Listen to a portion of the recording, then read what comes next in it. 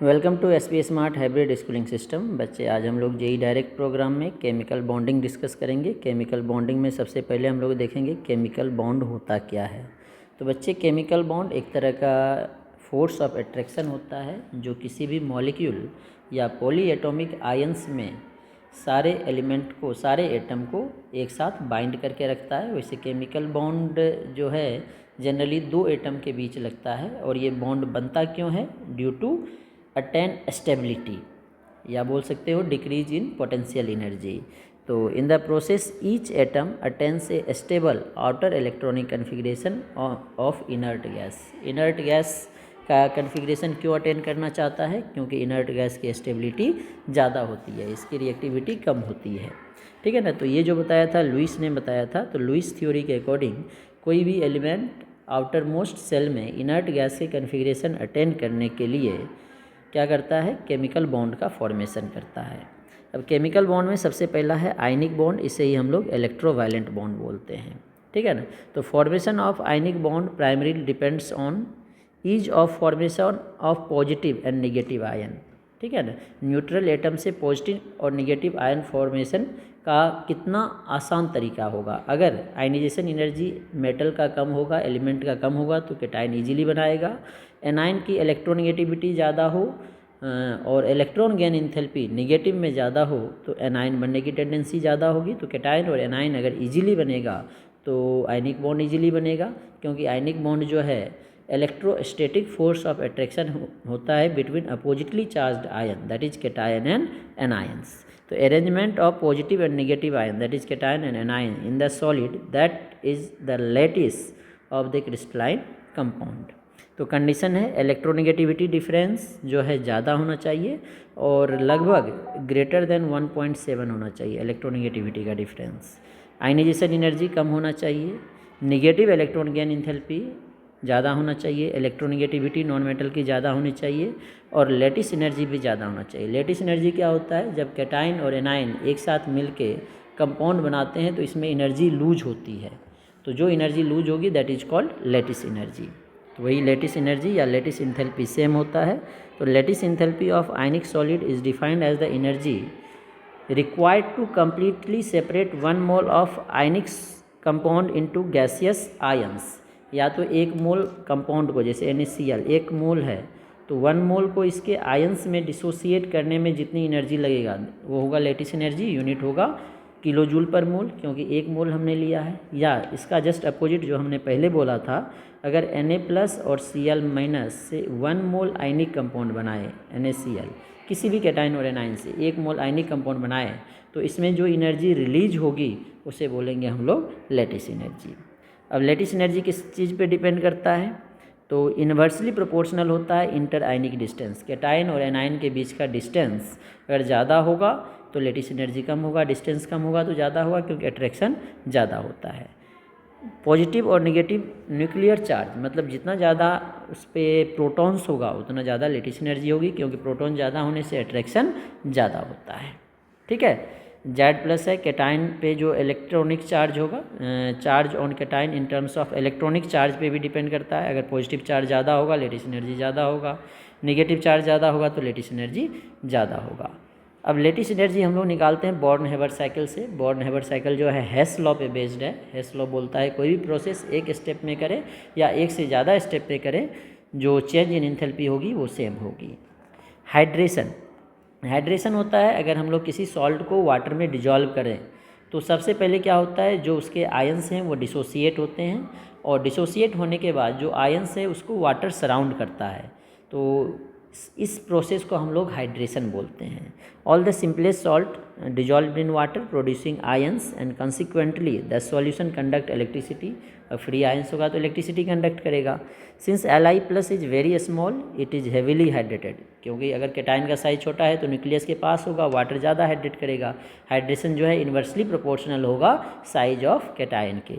This makes radius of hydrated Li+ ion large, मतलब जितना size छोटा होगा गैसियस स्टेट में, हाइड्रेटेड स्टेट में उतना ज़्यादा होगा, और साइज ज़्यादा होगा तो मोबिलिटी कम होगी, मोबिलिटी कम होगी तो इलेक्ट्रिक करंट को कंडक्ट करने की टेंडेंसी कम हो जाएगी। ठीक है। नेक्स्ट है hydrolysis. Hydrolysis means reaction with water molecule ultimately leading to breaking of OH bond into H+ and OH-। जो वाटर में OH बॉन्ड होता है ये टूटता है और H+ अलग OH- अलग, तो H+ OH- दोनों अलग अलग जुड़ते हैं। इस प्रोसेस को हम लोग हाइड्रोलाइसिस बोलते हैं। अब आयनिक कंपाउंड की जनरल प्रॉपर्टीज़ है। पहला फिजिकल स्टेट आयनिक कंपाउंड में इलेक्ट्रोस्टैटिक फोर्स ऑफ अट्रैक्शन होता है जो स्ट्रॉन्ग होता है, इसीलिए जनरली ये सॉलिड होता है, ठीक है। और in solution phase but not in gaseous state, gas में तो कभी नहीं जाएगा ionic compound. Generally maximum ionic compound solid होते हैं, कुछ लिक्विड स्टेट में एग्जिस्ट करते हैं। Simple ionic compound don't show isomerism but isomorphism. Isomerism show नहीं करता, आइसोमेरिज्म कोवैलेंट कंपाउंड शो करता है, ये आइसोमॉर्फिज्म शो करता है। आइसोमॉर्फिज्म का मतलब सिमिलर इलेक्ट्रॉनिक स्ट्रक्चर होते हैं। ये सॉलिड स्टेट में इलेक्ट्रिसिटी कंडक्ट नहीं करता है, लेकिन लिक्विड या मोल्टेन स्टेट में इलेक्ट्रिसिटी कंडक्ट करेगा। नेक्स्ट है soluble in polar solvent like water, क्योंकि इसकी डाइलेक्ट्रिक कांस्टेंट जो है ज़्यादा होती है, जितनी ज़्यादा डाइलेक्ट्रिक कांस्टेंट होगी उतनी ज़्यादा इसकी सॉल्युबिलिटी होगी। अब कुछ आयनिक कंपाउंड में भी कोवैलेंट कैरेक्टर होता है। Covalent character in ionic compound जिसे हम लोग फेजांस रूल से एक्सप्लेन करते हैं। अगर कैटायन है, कैटायन जो है एनायन को अपने तरफ अट्रैक्ट करता है, क्योंकि प्लस माइनस में अट्रैक्शन होगा, तो इस अट्रैक्शन के कारण जो एनायन है ये पोलराइज हो जाता है। इसी पोलराइजेशन के कारण इसमें कोवैलेंट कैरेक्टर जनरेट हो जाता है, ठीक है, जिसे हम लोग बोलते हैं पोलैरिटी या covalent character in ionic compound. तो ये पोलराइजेशन किस पे डिपेंड करता है? पोलराइजेशन ज़्यादा होगा, सिंपल ध्यान रखना, क्योंकि एग्जाम में पोलराइजेशन भी पूछ सकता है, कोवैलेंट कैरेक्टर भी पूछ सकता है, आयनिक कैरेक्टर भी। तो अगर पोलराइजेशन ज़्यादा होगा तो कोवैलेंट कैरेक्टर बढ़ेगा, आयनिक कैरेक्टर घटेगा। तो साइज ऑफ कैटायन के इन्वर्सली प्रोपोर्शनल होता है पोलराइजेशन, ठीक है ना। साइज ऑफ कैटायन के इन्वर्सली प्रोपोर्शनल मतलब कैटायन का साइज अगर ज़्यादा है, साइज ऑफ कैटायन अगर ज़्यादा है तो अट्रैक्शन कम होगी, तो जो एनायन है कैटायन की तरफ कम अट्रैक्ट होगा, इसलिए पोलराइजेशन कम होगा। साइज ऑफ एनायन के directly proportional, size of cation के directly proportional, charge of anion के डायरेक्टली प्रोपोर्शनल, मतलब सबके डायरेक्टली प्रोपोर्शनल है, बस साइज ऑफ कैटायन के इन्वर्सली प्रोपोर्शनल है। तो सिंपल रीजन है, जब अट्रैक्शन बढ़ेगा तो पोलराइजेशन बढ़ेगा। और अगर स्यूडो इनर्ट गैस कन्फिग्रेशन होगा कैटायन का तो उसमें पोलराइजेशन ज़्यादा होगा, जैसे कि Ag+ है, Cu+ है। स्यूडो इनर्ट गैस मतलब लास्ट में 18 इलेक्ट्रॉन, लास्ट में 8 होता है तो inert gas configuration. Pseudo inert का मतलब है लास्ट में 18 इलेक्ट्रॉन। नेक्स्ट है कोवैलेंट बॉन्ड। कोवैलेंट बॉन्ड जो है शेयरिंग ऑफ इलेक्ट्रॉन के कारण बनता है, और शेयरिंग जो है म्यूचुअल होगा। अगर शेयरिंग में एक ही एटम का इलेक्ट्रॉन जाएगा तो उसे कोऑर्डिनेट बॉन्ड बोलेंगे। अगर म्यूचुअल शेयरिंग होगा, जैसे Cl का एक इलेक्ट्रॉन इस Cl का एक इस Cl का अगर शेयरिंग करेगा तो उसे बोलेंगे म्यूचुअल शेयरिंग, और दोनों आपस में सिंगल बॉन्ड बनाएगा। अगर दो इलेक्ट्रॉन का म्यूचुअल शेयरिंग होगा तो डबल बॉन्ड बनाएगा, तीन इलेक्ट्रॉन का म्यूचुअल शेयरिंग होगा तो ट्रिपल बॉन्ड बनाएगा, ठीक है। कोऑर्डिनेट बॉन्ड जिसे डेटिव बॉन्ड बोले, हमने बोला अगर शेयरिंग में एक ही एटम का इलेक्ट्रॉन जाएगा, जैसे सिर्फ इसका जा रहा है तो इसे बोलेंगे कोऑर्डिनेट बॉन्ड। और नेक्स्ट है फॉर्मल चार्ज। फॉर्मल चार्ज होता है valence electron minus total number of non bonding electron, जिसे लोन पेयर इलेक्ट्रॉन बोलते हैं, माइनस शेयर पेयर इलेक्ट्रॉन का हाफ, इसे बोलते हैं फॉर्मल चार्ज। इससे हम लोग कैलकुलेट करेंगे। लुईस ऑक्टेट रूल का कुछ लिमिटेशन है। पहला इनकम्प्लीट ऑक्टेट होता है कुछ एलिमेंट कुछ मॉलिक्यूल में सेंट्रल एटम का, लेकिन वो स्टेबल होता है। LiCl में लिथियम के पास 2 इलेक्ट्रॉन, बेरिलियम हाइड्राइड में 4 इलेक्ट्रॉन है, BCl3 में 6 इलेक्ट्रॉन है, लेकिन ये स्टेबल होता है। ऑड इलेक्ट्रॉन मॉलिक्यूल है जैसे कि NO है, NO2 है, इसमें जो सेंट्रल एटम है इसके पास ऑड इलेक्ट्रॉन है, फिर भी ये स्टेबल है। कुछ में ऑक्टेट से ज़्यादा इलेक्ट्रॉन है फिर भी वो स्टेबल होता है, जैसे कि PF5 है, SF6 है, सल्फ्यूरिक एसिड है, ठीक है। इसके अलावा कुछ और भी ड्रॉबैक्स है। सम नोबल गैस जो इनर्ट गैस है वो कंपाउंड का फॉर्मेशन नहीं करता है, लेकिन जेनन क्रिप्टन ये कंपाउंड का रेडॉन भी है, ऑक्सीजन के साथ बना लेता है, फ्लोरीन और ऑक्सीजन के साथ कंपाउंड बना लेता है। क्यों बनाता है इसका कोई एक्सप्लेनेशन लुईस थ्योरी में नहीं है, ठीक है। ये जो है मॉलिक्यूल बनाएगा कंपाउंड, लेकिन इसका शेप क्या होगा कंपाउंड बनाने के बाद वो एक्सप्लेन नहीं किया, और जो मॉलिक्यूल बनेगा उसकी रिलेटिव स्टेबिलिटी क्या होगी उसके बारे में ये एक्सप्लेन नहीं करता है। तो इस लिमिटेशन को ख़त्म करने के लिए नेक्स्ट हम लोग VBT वैलेंस बॉन्ड थ्योरी पढ़ेंगे, और VBT पढ़ने से पहले हम लोग कुछ क्वेश्चन डिस्कस करते हैं। देखो जो फर्स्ट क्वेश्चन है ये फेजांस रूल का क्वेश्चन है। Arrange the following in increasing order of their covalent character. तो पोलराइजेशन देखेंगे फेजांस रूल से। देखो सब में कैटायन सेम है तो कैटायन पे तो नहीं डिपेंड करेगा, एनायन सबका अलग अलग है। तो हमने बताया था फेजांस रूल में जो पोलराइजेशन है एनायन के साइज़ के डायरेक्टली प्रोपोर्शनल होता है। तो फ्लोरीन से बड़ा क्लोरीन, क्लोरीन से बड़ा ब्रोमीन, ब्रोमीन से बड़ा आयोडीन। तो इंक्रीजिंग ऑर्डर में साइज है, इसीलिए पोलराइजेशन बढ़ेगा, और पोलराइजेशन बढ़ेगा तो कोवैलेंट कैरेक्टर बढ़ेगा, इसलिए बी ऑप्शन करेक्ट होगा। ए से ज़्यादा बी, बी से ज़्यादा सी, सी से ज़्यादा डी। अब देखो सेकेंड क्वेश्चन है। सेकेंड क्वेश्चन में क्या पूछा है, which of the following compound contains no covalent bond, किसमें कोवैलेंट बॉन्ड नहीं है। ठीक है, तो KCl में देखो आयनिक बॉन्ड होगा K+Cl-, B2H6 बोरोन और हाइड्रोजन शेयरिंग से बनता है, PH3 भी शेयरिंग से बनता है, तो इसमें कोवैलेंट बॉन्ड है, तो ये नहीं होगा। KCl में आयनिक है। सल्फ्यूरिक एसिड में हाइड्रोजन और ऑक्सीजन के बीच, सल्फर और ऑक्सीजन के बीच कोवैलेंट बॉन्ड बनता है, ये भी नहीं होगा। KCl में सिर्फ आयनिक है, कोवैलेंट नहीं है, तो सी पार्ट इसका करेक्ट होगा। ठीक है, थर्ड पार्ट देखते हैं। एक थर्ड में क्या है, which of the statement is not true, कौन सा इसमें ट्रू नहीं है, ये पूछा गया है इसका।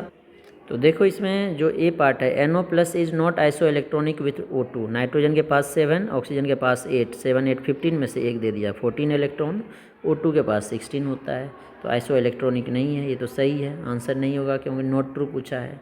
Boron is always covalent in its compound, ये भी सही है क्योंकि बोरोन जो है नॉन मेटल है और इसकी इलेक्ट्रोनेगेटिविटी का डिफरेंस किसी के साथ ज़्यादा नहीं होता है, तो जनरली ये कोवैलेंट ही बनाता है।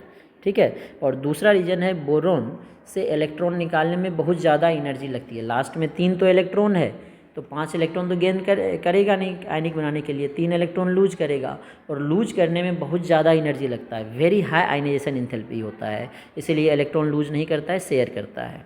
ठीक है, अब सी पार्ट क्या है, in aqueous solution thallium+ ion is much more stable than thallium+, ये भी सही है क्योंकि नीचे आने से इनर्ट पेयर इफेक्ट होता है, इनर्ट पेयर इफेक्ट होने के कारण +1 ऑक्सीडेशन स्टेट की स्टेबिलिटी +3 से ज़्यादा होगी। LiLH4 is versatile reducing agent in organic synthesis, ये भी सही है क्योंकि ये हाइड्राइड आयन देके रिड्यूसिंग एजेंट का काम करता है, तो इसका एक भी ऑप्शन इनकरेक्ट नहीं था, इसीलिए इसका कोई भी आंसर इसमें से नहीं है। ठीक है, lattice energy of ionic compound depends on, lattice energy किस पे डिपेंड करता है, चार्ज एंड साइज दोनों पे करता है, एकदम सही है। ठीक है, इसके बाद ऑक्टेट रूल का एक क्वेश्चन देखते हैं हम लोग। ठीक है ना, number of molecules from the following which are exceptions to octet rule, CO2 में देखो शेयर करेगा, ये तो सही है। ठीक है, ऑक्टेट रूल को फॉलो नहीं कर रहा है। NO2 नहीं करता है, ऑड इलेक्ट्रॉन है। सल्फ्यूरिक एसिड जो है कर लेगा। ठीक है, सल्फ्यूरिक एसिड कर लेगा। उसके बाद हमारे पास नेक्स्ट कौन है, हाँ सल्फ्यूरिक एसिड में भी सल्फ़र का एक्सपेंडेड ऑक्टेट होता है, तो ये भी ले सकते हो। BF3 में बोरोन के पास 6 इलेक्ट्रॉन है, CH4 करेगा, SiF4 करेगा, ClO2 तो क्लोरीन के पास 2 2 4 4 8 इलेक्ट्रॉन एक्सपेंडेड हो जाएगा क्योंकि 4 4 8 2 10 तो 12 इलेक्ट्रॉन हो जाएगा। PCl5 10 होता है, ये तो नहीं कर रहा है ना, ये लिखेंगे। BF2 नहीं कर रहा है, C2H6 करता है, CHCl3 करेगा। कितने हो गए, 1 2 3 4 5 6, तो इसका आंसर 6। तो इस तरह से हम लोग क्वेश्चन सॉल्व कर सकते हैं।